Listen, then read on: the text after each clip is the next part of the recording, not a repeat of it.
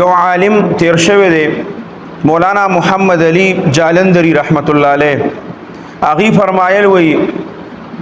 په یو مدرسه کې دوه طالبانو، یو طالب علم چې وونو هغه ډیر زیات ذهین او ذهن والو، او بل طالب علم چې وونو دا ذهن چې وونو هغه ډیر زیات کمزور و.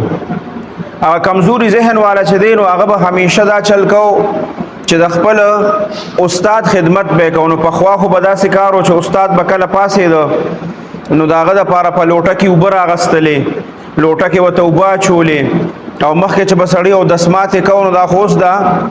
ټایلټ پیپر وغیره راووته، د دې دپاره به دا پټونه دا لوټې استعمالېدې، دا به راوړې.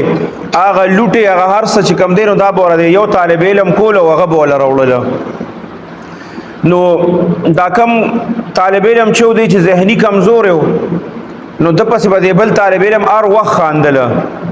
او مذاق به وله وړاوه چې دا وګوره بس ته خو دکې ته کښېنه، بس کله استاذ ته اوبه ډکوه، کله استاذ چې دی نو د دسماتي دپاره د پټو نه ځه لوټې وله راوړه. مولانا محمد علی جالندری رحمت الله علیه فرمایي چې په خپلو سترګو باندې مونږ ولیدل چې کله هغه ماشومانو خپل سبق پوره کو او لاړل نو هغه ذهین طالب علم چې کوم په مدرسه کې او وی د هغه نه الله یو منټم د دین کار وانه غسته، هغه الله د دین د کار نه مکمل محرومه کو. چرته په مدرسه کې چاته الف با هم پړاو نه کو، او یکم چې کمزوري طالب علم هغه ته الله دومره شاګردان مخې ته کینول او دومره شاګردانو ته به سبق پڑھاو چې اوس د هغه ډیر زیات شاګردان دي او هغه تکړه چې وي هغه الله محرومه کو. او یوازې دا نه چې د دین دا کار نه محرومه کو، وی دا هغه بل چې کومو کمزوري ذهن والا د استاد خدمت چې به کو، وی هغه دومره ډیر شاګردانو چې هغه شاګردان به هر ځای ته بته شاګردانو به ښه عزت کو، چا بوله یو قسمه اکرام، چا بل قسمه.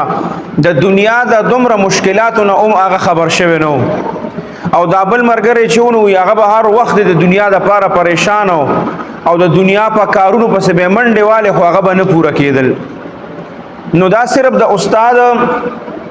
د دې خدمت د وجې نه هغه ته الله دومره غټه صله ورکړه.